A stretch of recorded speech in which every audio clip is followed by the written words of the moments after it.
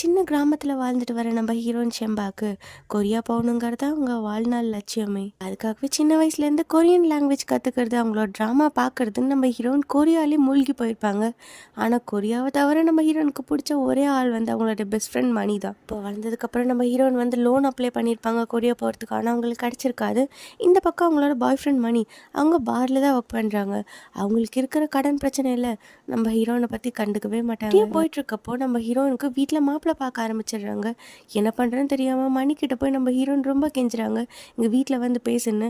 இதெல்லாத்தையுமே நம்ம ஹீரோனோட அப்பாவை பார்த்துட்டு அங்கே ஒரு பெரிய பிரச்சனையாக 2 பேரும் ஊரை விட்டு ஓடி வந்துடுறாங்க. நம்ம 2 பேரும் கொரியா போய் ஏதாவது கிடைச்ச வேலை பார்த்து அங்கேயே செட்டில் ஆகிடலாம் அப்படின்னு மணி சொல்ல, நெக்ஸ்ட் நம்ம ஹீரோனும் ஃப்ளைட் ஏறிடுறாங்க. கடைசி ஒரு வாட்டி அவங்க அம்மா கிட்ட ஃபோன் பேசலாம் அப்படின்னு சொல்லி நம்ம ஹீரோன் கால் பண்ண, அப்போ தான் அவங்க அம்மா நடந்த உண்மையெல்லாம் சொல்கிறாங்க. அப்பாவை பார்க்க அவங்க அப்பா வந்திருப்பாங்க, பேங்க்கில் கிடைச்ச லோன் அப்படின்னு சொல்லி காசு எல்லாத்தையும் மணி கிட்ட கொடுக்க, செம்பா அவங்கள பார்க்க விருப்பம் இல்லைன்னு சொல்லிட்டா அப்படின்னு சொல்லி காசை மட்டும் வாங்கிட்டு அவங்க அப்பா வாங்கன்னு துரத்திடுவாங்க. இது எதுவுமே நம்ம செம்பாவுக்கு தெரியாது. இப்போ அவங்க மணிக்கு கால் பண்ண, ஆனால் அவங்க கால் அட்டன் பண்ணல.